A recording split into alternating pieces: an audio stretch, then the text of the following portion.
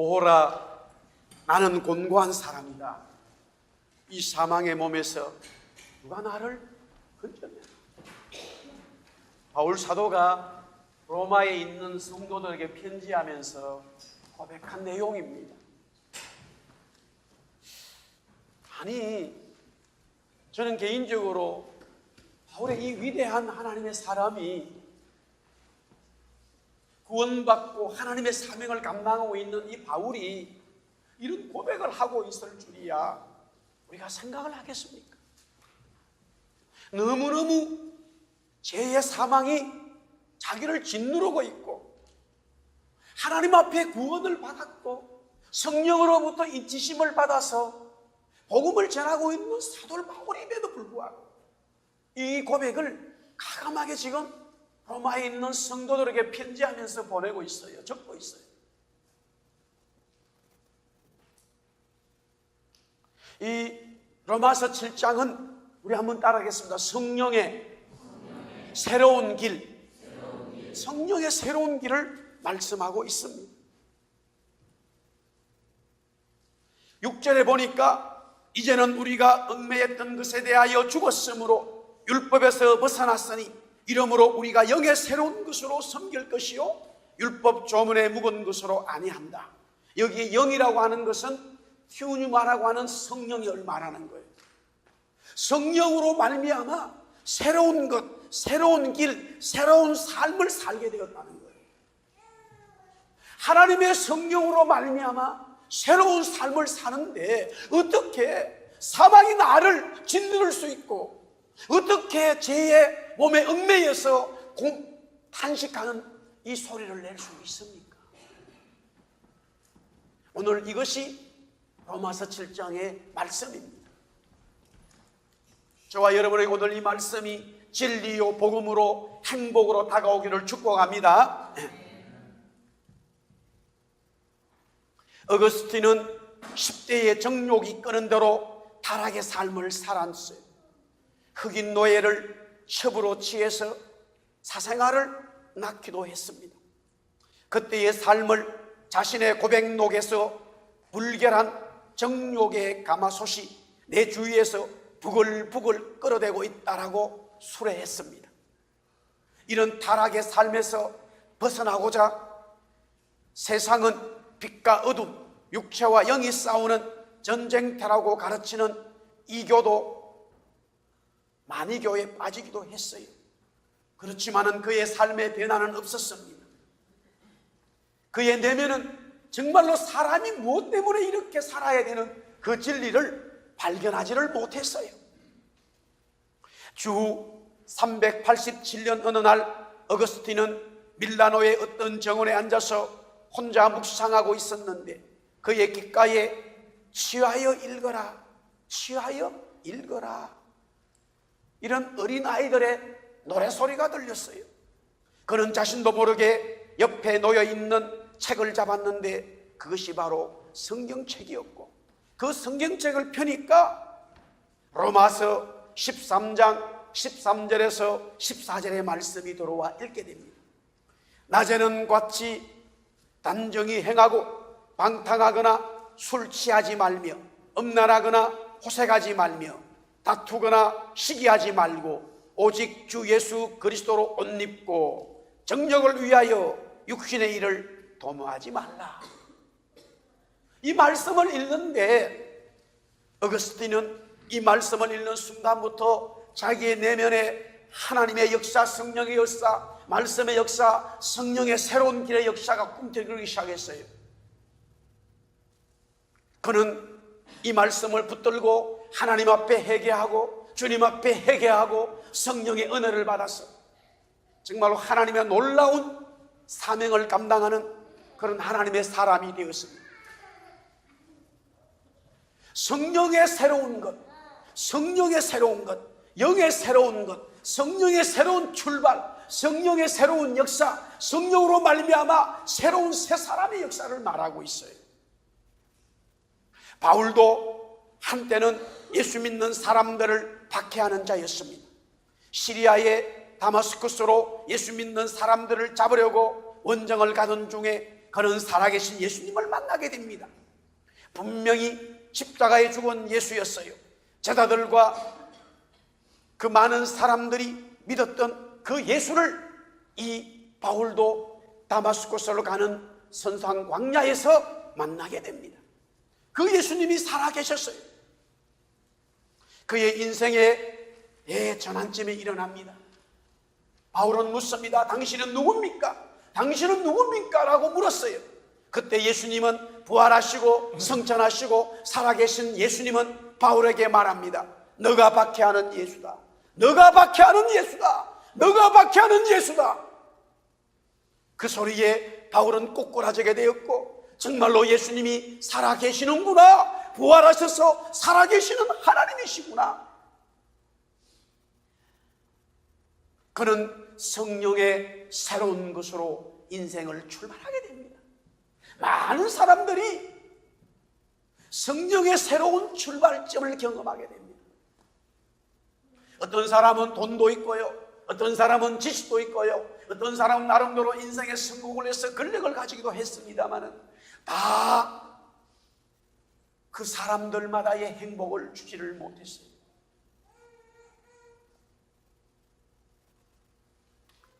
아마존을 이끌고 있는 회장님께서 25년 동안 부부 생활을 하다가 지금 이혼을 하게 됩니다. 전 세계의 뉴스가 떴어요. 대한민국의 경제 서열 1, 2, 3, 4, 5, 6, 7, 8, 9, 10 다 합쳐도 그 한 사람의 재산만큼의 재산이 안 돼요. 그것을 법정으로 가게 되면은 워싱턴 스테이트 법에는 무조건 반으로 나누게 돼 있대요. 176조 가까이 되는 돈인데 엄청난 돈을 그 부인은 가지게 되는 거예요. 여러분들, 인생에 정말로 행복이 무엇입니까? 물질입니까? 권력입니까? 자녀입니까? 우리는 다 물론 그런 것들을 통해서 행복의 삶을 살 수 있습니다만 진정 우리의 인간의 행복을, 진리를 해결하지는 못합니다. 성령의 새로운 것이라고 하는 것은 이 문제 해결을 받는다는 거예요. 사도 바울이 받았고 어거스틴이 받았고 많은 주님의 사람들이 성령의 새로운 것에 대한 은혜를 받았어요. 변화되었어요. 2019년을 시작하면서 저와 여러분이 성령의 새로운 역사에 취해지기를 예수님의 이름으로 축복합니다. 구원받은 사람들은 더 성령의 은혜를 받아서 말씀대로 살아감으로 인하여 오는 행복과 기쁨과 하나님의 그 열정과 열심히 살아나기를 주의 이름으로 권면합니다. 성령의 새로운 것으로 출발되어지는 사람들의 특징이 있습니다. 오늘 로마서 7장 4절 말씀을 같이 한번 또 읽어보겠습니다. 우리 다 읽었습니다만 4절 말씀 시작. 그러므로 내 형제들아 너희도 그리스도의 몸으로 말미암아 율법에 대하여 죽임을 당하였으니 이는 다른 이곳 죽은 자 가운데서 살아나신 이에게 가서 우리가 하나님을 위하여 열매를 맺게 하려 합니다. 성령의 은혜를 받은 사람들의 삶의 특징은 그때부터 하나님을 위한 삶을 설계하게 됩니다. 할렐루야. 정치하는 사람은 똑같이 정치를 하지만은 하나님을 위한 삶의 포맷을 만듭니다. 경제를 일으키고 기업을 하는 분들은 똑같은 수입을 가지지만은 내가 하나님 앞에 어떻게 할 것인가, 하나님을 위한 삶의 정체성을 가집니다. 아이를 가르치는 선생님들은 예수 믿고 성령의 새로운 은혜를 받으면 그때부터 어떻게 이 가르치는 이 교사의 직분을 가지고 하나님을 위한 열매를 맺을까, 성령의 열매를 맺을까 생각을 하게 됩니다. 할렐루야. 그것이 달라요. 그런데 성령의 새로운 것, 하나님의 열매를 맺어가는 사람들은 반드시 하나님의 말씀을 붙들고 가는데 이런저런 여러 가지 일들이 생길 수 있지만요, 하나님의 말씀 붙들고 하나님의 열매, 성령의 열매를 위해서 살아가게 되면 반드시 하나님이 역사하셔요. 믿으시면 아멘. 틀림없어요. 분명히 어려움이 있고 고난이 있고 힘들 수 있지만 하나님의 열매, 성령의 열매를 위해서 내 살아가는 삶, 그것이 하나님이 주신 어떤 직업이라도 관계없이, 어떤 삶이라도 관계없이 하나님이 주시는 그 직업을 통해서, 기업을 통해서, 삶을 통해서 살아가면, 하나님의 열매를 위해 살아가면 하나님께서 반드시 책임져 주셔요.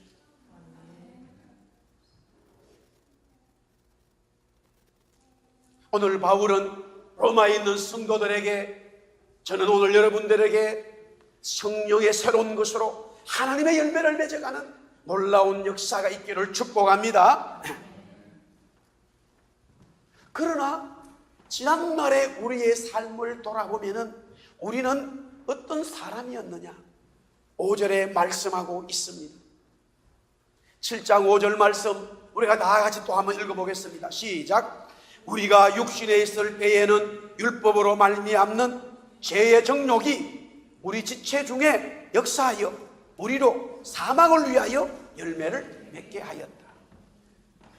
5절에 보니까 하나님을 알지 못했을 때, 성령의 새로운 은혜를 받지 못했을 때, 예수 그리스도가 나의 구세주인 것을 몰랐을 때에 우리는 사망을 위해서, 사망을 위한 열매를 맺었다는 거예요. 사망을 위한 열매를 맺었다는 거예요. 아니 그러면요, 보세요. 누구나 이 세상에 태어나면 다 죽습니다. 뭐 어떤 사람이 죽지 않는 사람이 있나요? 다 죽죠. 그런데 성경은 성령의 새로운 것의 역사 중에 하나가 뭐냐면은 사망이 없다라는 거예요. 믿으세요? 믿으십니까? 예수 그리스도를 모르면요, 사망을 위해서 열매를 맺었는데, 이 사망을 위한 열매는요, 사탄 마귀의 열매. 아침에 말씀을 다 정리하고 잠깐 침대에 누웠는데 잠이 들었어요. 잠깐. 그런데 잠이 들었는데 꿈을 꿨어요.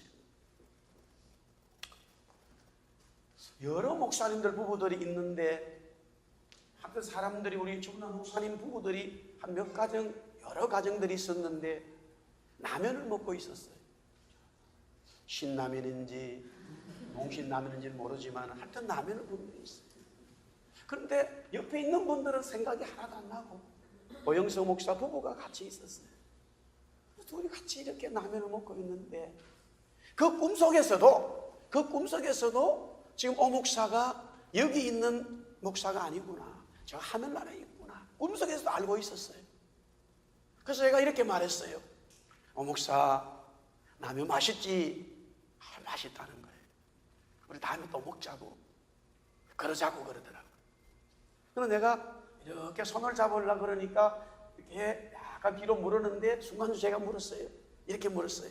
오 목사, 있는 곳이 참 좋지? 제가 물었어요. 너무 행복하지? 그렇다는 거예요. 우리는 오 목사는 죽었어, 우리 눈에 없어, 사망의 그를 데려갔어. 아닙니다. 살아있습니다. 영원한 하나님 나라에 그리스도와 함께 너무 행복하게 살고 있습니다. 그러나 그리스도를 모르고 있을 때는 우리는 그 사망을 섬기고 그 사망의 지배에서 벗어날 수가 없습니다. 복음이 뭐냐 이거? 예수 믿는 게 뭐냐 이거예요. 사랑하는 종아, 예수 믿는 게 뭐야? 예수 믿는 게 뭐냐고 물을 때에 오늘 바울은 말하기를 예수 그리스도를 믿음으로 사망에서 생명으로 옮겨졌다는, 사망에서 생명으로 옮겨져서 우리는 사망의 더 이상의 종노릇 하지 아니하고 생명의 하나님의 역사를 우리는 이루어 간다는 거예요. 그렇기 때문에 예수를 몰랐을 때는 사망의 법에 우리는 잡혀 있었다는 거예요.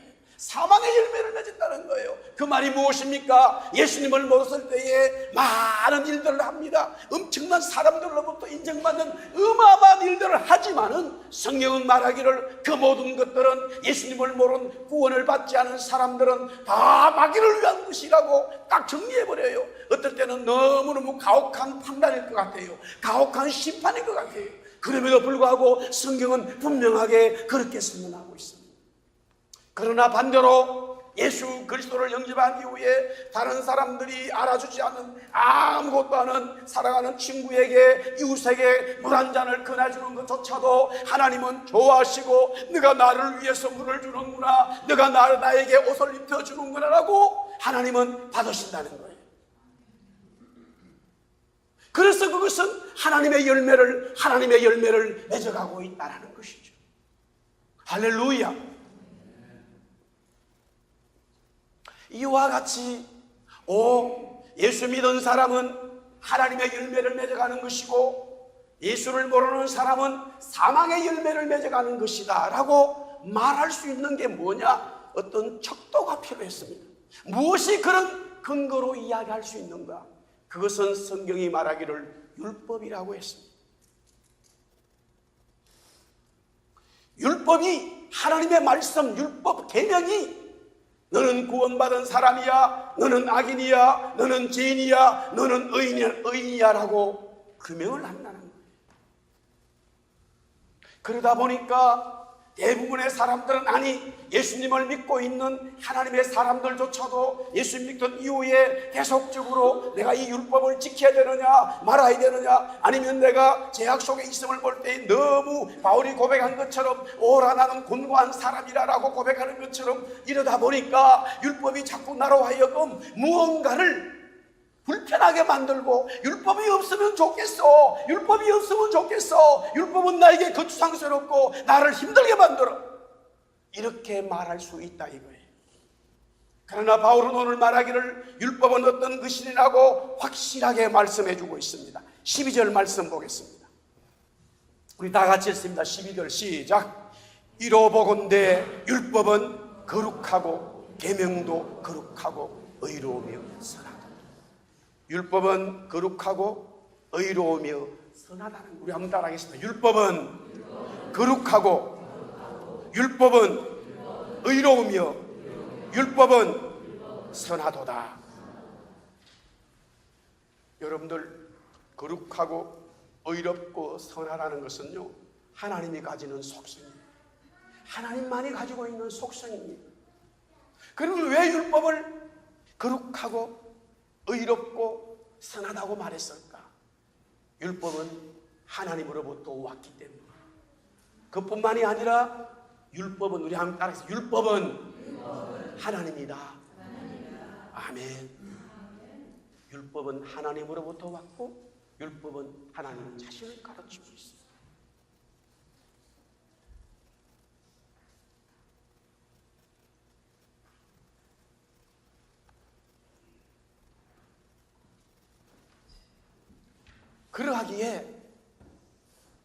그러하기에 우린 율법은 하나님이 주신 말씀이고 율법은 하나님 자신이기 때문에 이 율법을 통하여 죄인, 의인, 구원받았다, 구원받지 않았다라는 것을 척도내는데,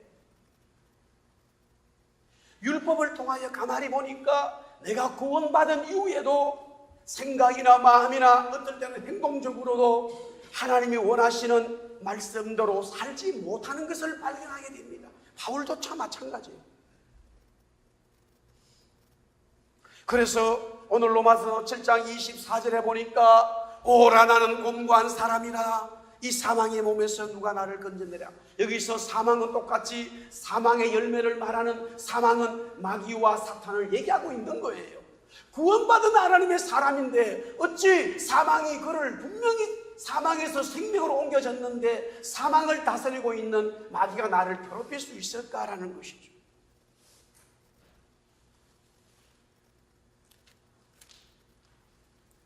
오늘 로마서 7장 20절에서부터 23절에 보니까 만일 내가 원하지 아니하는 그것을 하면 이를 행하는 자는 내가 아니요 내 속에 거하는 죄다. 그러므로 내가 한 법을 깨달았는데 곧 선을 행하기 원하는 나에게 악이 함께 있는 것이다.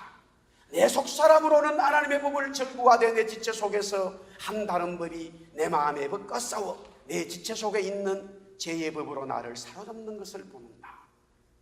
예수 그리스도를 믿는 자들에게는 두 모습이 있습니다. 하나는 겉사람이고 하나는 속사람입니다. 속사람은 구원받음으로 하나님의 법을 즐거워하는 모습을 말하고, 겉사람은 여전히 죄의 법에 매여 있어 악을 행하는 육신의 모습을 말합니다. 그러다 보니 두 마음이 늘 서로 대적하고 싸우게 된다는 것입니다. 믿는 자들에게 있어서만, 예수를 믿는 자들에게만 있는 정체성입니다.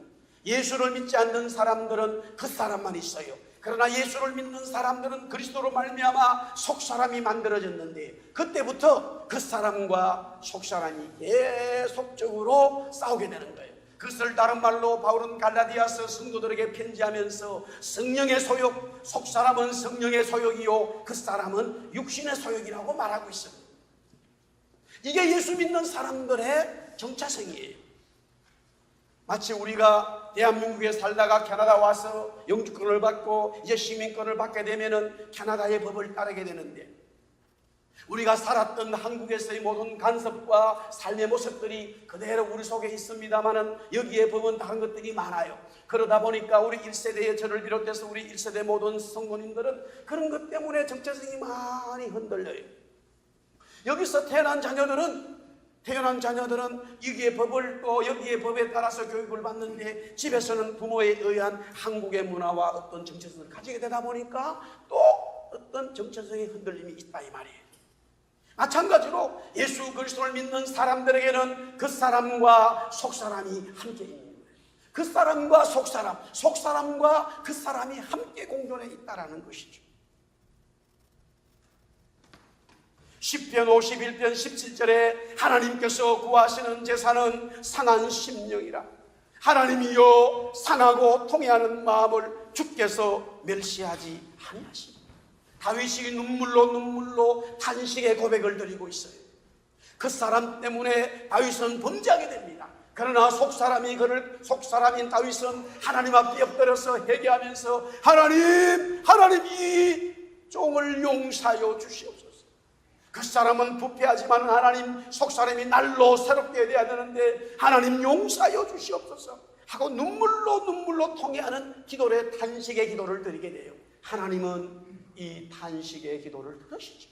하나님은 바울의 탄식의 소리를 들으시고 저와 여러분들이 구원받고 정말로 속사람을 위해서 살아가야 되는데, 그럼에도 불구하고 그 사람의 어떤 그런 습성 때문에 어느 순간에 마음으로 생각으로 죄악을 범죄하고 행동으로 범죄했을 때에 하나님 앞에 엎드려서 하나님, 이 속사람이 승리해야 되는데 그 사람에게 잡히고 말았네요. 하나님 용서하여 주십시오라고 통회하며 기도할 때에 하나님께서는 여러분들에게 힘을 주시고 죄를 용서하시고 속사람이 더 강건해지도록 축복하신다는 말씀이에요.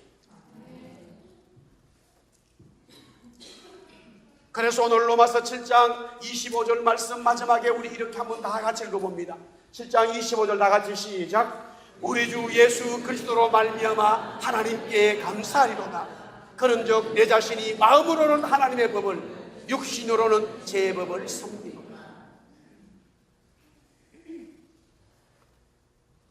하나님 앞에 감사해야 됩니다. 우리 한번 큰 소리로 따라하겠습니다. 하나님 감사합니다. 네, 그렇죠. 나를 구원시키고 여러분을 구원시키시고 성령 주셔서 하나님의 자녀로, 하나님의 백성으로 살아가게 하신 것 너무너무 감사한 일이죠. 구원을 주신 하나님께 찬양해야 됩니다. 그리고 속사람과 겉사람이 함께 공존해 있음을, 속사람은 하나님의 법을 이루어가고 겉사람은 죄의 법을 섬기고 있음도 인정해야 되는데, 여기서 중요한 것은 겉사람이 죄를 짓도록 내버려 두자라는 인정이 아니라 겉사람은 죄의 법을 섬기고자 하는 그 속성이 있다라는 것을 인정해야 됩니다. 다시 말씀드립니다. 예수 그리스도를 믿은 사람들은 겉사람과 속사람이 있는데, 겉사람은 자꾸만 죄의 법을 따라가고자 하는데 그 사람의 속성 자체는 인정하지만 그 사람이 죄의 법을 따라가고자 하는 것을 인정해서는 안 된다는 거예요. 아멘? 그 사람은 죄의 속성으로 있는 육신을 말해요.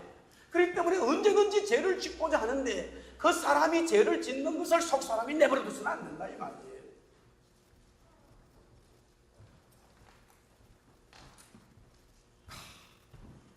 붙들어야 돼요. 우리 따라합시다. 말씀으로 붙들자. 할렐루야. 말씀으로 그 사람이 말씀을 삐져나가는 걸 속 사람이 붙들어야 되는 거예요. 고린도후서 4장 16절 말씀 읽고 마치겠습니다. 우리 한번 다 같이 큰 소리로 읽겠습니다. 고린도후서 4장 16절 시작. 그러므로 우리가 낙심하지 아니하면 우리의 겉사람은 낡아지나 우리의 속사람은 발로 새로워져. 아멘. 우리의 겉사람은 점점 낡아지고 썩어져 없어지만 우리의 속사람은 점점 자라서 성숙해서, 다른 말로 그리스도를 닮아가는 성화지요, 그리스도를 닮아가는 그 삶을 살아가기 때문에 우리는 이미 사망에서 생명으로 옮겨졌기에 생명의 역사, 하나님의 역사, 성령의 열매를 맺어가는 하나님의 사람들이라는 거예요. 할렐루야. 한 주간 말씀으로 승리하기 바랍니다. 속 사람의 역사가 있기를 축복합니다.